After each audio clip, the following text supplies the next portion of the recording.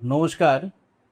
Unfolding philosophy এই YouTube চ্যানেলের যারা দর্শক শ্রোতা এবং আমার প্রিয় ছাত্রছাত্রীরা, তোমরা জানো যে আমরা এখানে তোমাদের পড়াশোনা সংক্রান্ত বা সাধারণভাবে দর্শন সংক্রান্ত বিভিন্ন ভিডিও তোমাদের জন্য আমরা দীর্ঘদিন যাবৎ এখানে আপলোড করছি। আসলে জীবনের পথে চলতে চলতে অনেক সময় এরকম অনেক মানুষের সাথে সাক্ষাৎ হয়ে যায় যারা ধীরে ধীরে খোঁজবার চেষ্টা করেন যে সত্যিকারই আমাদের জীবনের লক্ষ্য কী। আজকে এইরকমভাবেই চলতে চলতে পরিচয় হয়ে গেছে শ্রদ্ধেয় অসীম বিশ্বাস মহাশয় আমাদের সাথে আজকে উপস্থিত রয়েছেন। আমরা আজকে এসে উপস্থিত হয়েছি বাঁকুড়ার জয়পুরে নিগমানন্দ আশ্রমে, এবং এসে আমরা দেখতে পাচ্ছি যে এখানে একটা বিশাল কর্মযজ্ঞ উনি অনেক দিন যাবৎ সকলের অগোচরে চালিয়ে যাচ্ছেন। বহু বাচ্চা যাদেরকে আমরা সামাজিকভাবে পিছিয়ে পড়া, সত্যিকারই সামাজিকভাবে পিছিয়ে পড়া যে শ্রেণী, তাদের থেকে আসা অনেক বাচ্চা, ছেলে মেয়ে নির্বিশেষে, তারা এখানে শিক্ষা লাভ করছে। তাদের জীবনের শিক্ষা তারা লাভ করছে, শুধুমাত্র স্কুলের শিক্ষা নয়। তো আজকে এই যে কর্মকাণ্ড, এই সম্পর্কেই অসীমবাবুর কাছ থেকে জেনে নেব। নমস্কার। আপনি একটুখানি বলুন যে এই যে হঠাৎ করে, আমি তো যেটা শুনেছি সেটা হচ্ছে আপনি একজন খুব প্রতিষ্ঠিত সফল ইঞ্জিনিয়ার এবং আপনি ওই দিকে কাজ করতে করতে হঠাৎ আপনার কি মনে হলো যে আপনি এই ধরনের কাজের সঙ্গে যুক্ত হয়ে গেলেন? প্রথমে আপনাদের নমস্কার জানাই। বিষয়টা ঠিক এরকম একদিনের নয়। এটা আমার ছোটোবেলায় আমি যে পরিবারে জন্মেছি সেখানে গরিব মানুষদের জন্য নোঙ্গরখানার ব্যবস্থা ছিল। আমার দাদু ঠাকুমা বা আমার বাবা কাকারা ওইসব করতেন। গরিব মানুষদের খাওয়ানোর একটা বিষয় আমরা ওখান থেকেই প্রাপ্ত হয়েছি। তো এরকম একটা সুপ্ত বাসনা ছিল, আমি এরকম একটা বৃদ্ধাশ্রম করব, অনাথ আশ্রম করব, গরিব মানুষদের খাওয়াবো, বিভিন্নভাবে সাহায্য করব। তখন ধর্ম, আধ্যাত্মিকতা এইসব সম্বন্ধে আমার ধারণা কিছুই ছিল না বললেই চলে। সেই দিয়ে সূত্রপাত। তো আমি কর্মসূত্রে কলকাতায় যাওয়ার পরে স্থানীয় মানুষজন আমার কাছে যেতেন এবং আমি তাদের বলতাম যে আমি এরকম একটা প্রজেক্ট করতে চাই যেখানে বৃদ্ধ বৃদ্ধা গরিব মানুষরা এখানে থাকবেন, বিনা পয়সায় থাকা, খাওয়া, চিকিৎসা, পোশাক পরিচ্ছদ সমস্ত রকম পরিষেবা আমরা দেব।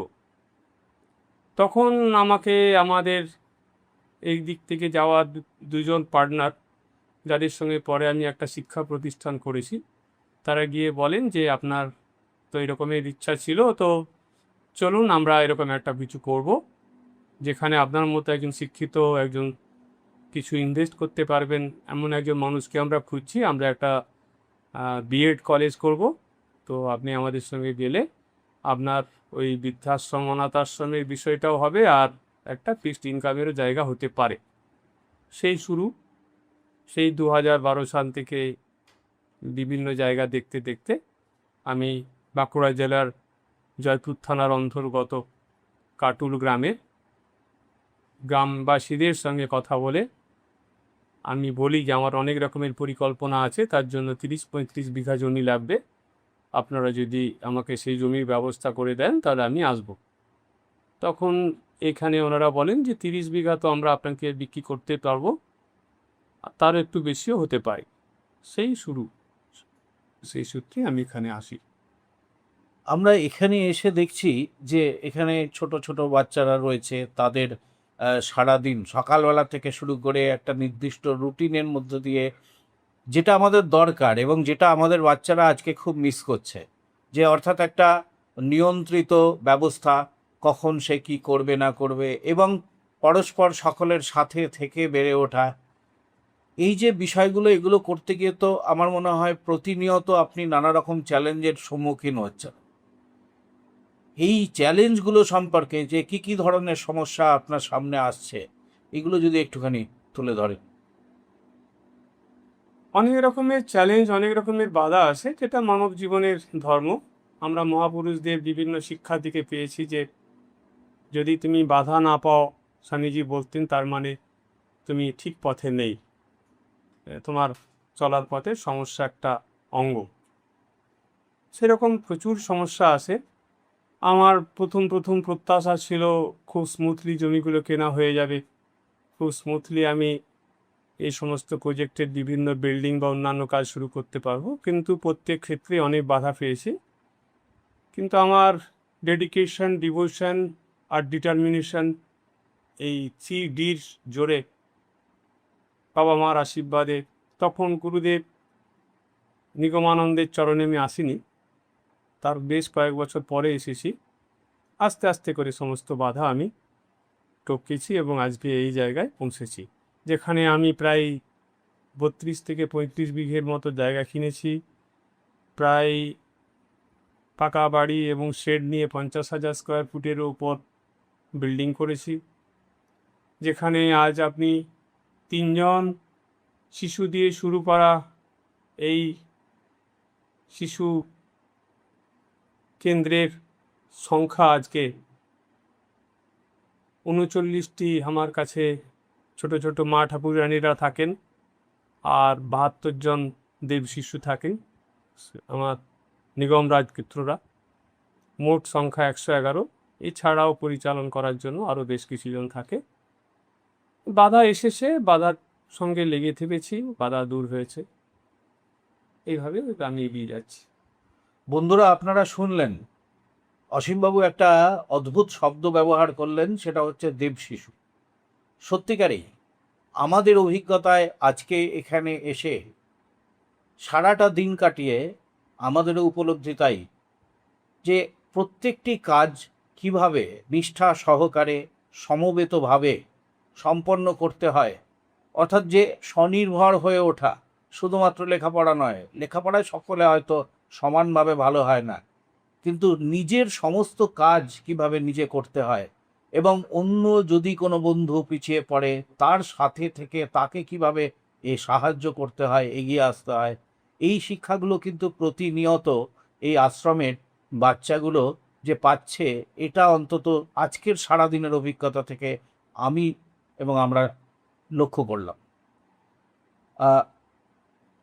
আর একটা জিনিস যেটা জানতে খুব, মানে যেটা খুব প্র্যাকটিক্যাল একটা ইস্যু, সেটা হচ্ছে যে এই কাজগুলো করতে গিয়ে অন্যতম যে একটা সমস্যা, সেটা হচ্ছে একটা আর্থিক একটা ব্যাপার থাকে। যে এটা আমরা ঠিকই যে ভালো কাজ করছি, সমাজের কাজ করছি, নিজের মনের কাছ থেকে আমি অনেক সন্তুষ্টি পাচ্ছি, কিন্তু দিনের শেষে খরচা একটা বড় ব্যাপার। তা এটা আপনি কিভাবে সামলাচ্ছেন? আসলে এই খরচার বিষয়টা প্রথম কয়েক বছর আমি নিজে রোজগার, নিজে ইনভেস্ট করছি, নিজে করছি, এরকম একটা ভাবনা ছিল। প্রায় 2 কোটির উপরে এখানে ইনভেস্ট হয়েছে। তখন ভাবি যা ইঞ্জিনিয়ার হিসাবে প্রমোটিং ডেভেলপিং করে যা রোজগার করেছি, সেটা যাতে একটা সৎ কাজে লাগে। বায়োলজিক্যালি আমরা, আমাদের কোনো ইস্যু নেই, তো যাতে এটা একটা এমন কাজে লাগে দেশের এবং দশের উপকার হয়। স্বামীজির কথায় সেই বহুজন সুখায় ও বহুজন হিতায়ও আমরা কিছু করার পরিকল্পনা করি। এই বিষয়ে আমার প্রাথমিকভাবে আমার স্ত্রীর খুব প্রেরণা ছিল। তিনি বলতেন যে আমার স্বামীর কয়েকশো ছেলে মেয়ের বাবা হওয়ার যোগ্যতা আছে, আমি জানি, তাই আমরা ছোট্ট সংসারে ওকে বাঁধব না। ঈশ্বর প্রদত্তভাবে যখন হয়নি, আমরা অন্যভাবেই চলব। সেই ছিল প্রেরণা, শুরু। বাবা মার আশীর্বাদ ছিল। পরে যখন প্রায় 10 বছর আগে গুরুদেবের চরণ পাই, তারপর তো জীবন বদলে গেল। গুরুদেব এমন জায়গায় মনের অবস্থা নিয়ে এলেন যে ভাবলাম যে এটা আমার সংসার নয়, গুরুদেবের সংসার, আমি এখানে সেবক মাত্র। সমস্ত রকমের টেনশন, সমস্ত রকমের বাধা গুরু কৃপায়, গুরুর দয়ায়, গুরুর আশীর্বাদে সব পরিষ্কার হতে রইল। আমি শুধু লেগে রয়েছি। ওনার সংসার উনি চালাচ্ছেন, উনি করছেন। আমি ব্যক্তিগতভাবে যা আমার রোজগারের সংস্থান সেটা সবটুকুই এখানেই দিই।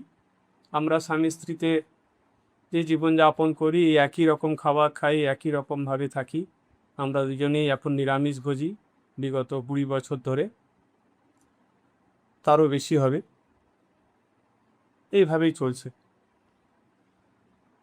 তো বন্ধুরা, আপনারা শুনলেন, আসলে ইচ্ছা থাকলে, সংকল্প থাকলে, এবং যদি সেই সংকল্প প্রতি মানুষ দৃঢ় থাকে, এবং যদি সত্যিকারেই যেটা বললেন বাবা মার আশীর্বাদ এবং গুরুদেবের আশীর্বাদ যদি থাকে, তাহলে এগুলো সম্ভব। আমরা আজকের এই পর্বের আলোচনা এখানে শেষ করব। পরবর্তী পর্বে আমরা অন্য বিষয় নিয়ে আবার ওনাকে জিজ্ঞাসা করব, কিন্তু আজকের আলোচনা শেষ করবার আগে আমি জানি যে আপনারা এরকম অনেক মানুষ রয়েছেন যারাও কিন্তু খুঁজে চলেছেন এই অসীমবাবুর মতো মহান এই মানুষদেরকে, যাদের সাথে আপনারা নিজেদেরকে যুক্ত করতে চান, এনাদের পাশে এসে আপনারা দাঁড়াতে চান, এবং এদের মাধ্যমে ওই যে বললেন যে দেব শিশু, তাদের সাহায্য করে নিজেরা ধন্য হতে চান। তাই আপনাদের জন্য আমাদের স্ক্রিনে দেওয়া যে QR code, bank account number সেগুলো দেওয়া হলো। এবং একটা কথা বলি, সেটা হচ্ছে যে এই প্রতিষ্ঠানে দেওয়া আপনার অনুদান কিন্তু 80G এবং 12A এতে আপনি ছাড় পেতে পারেন।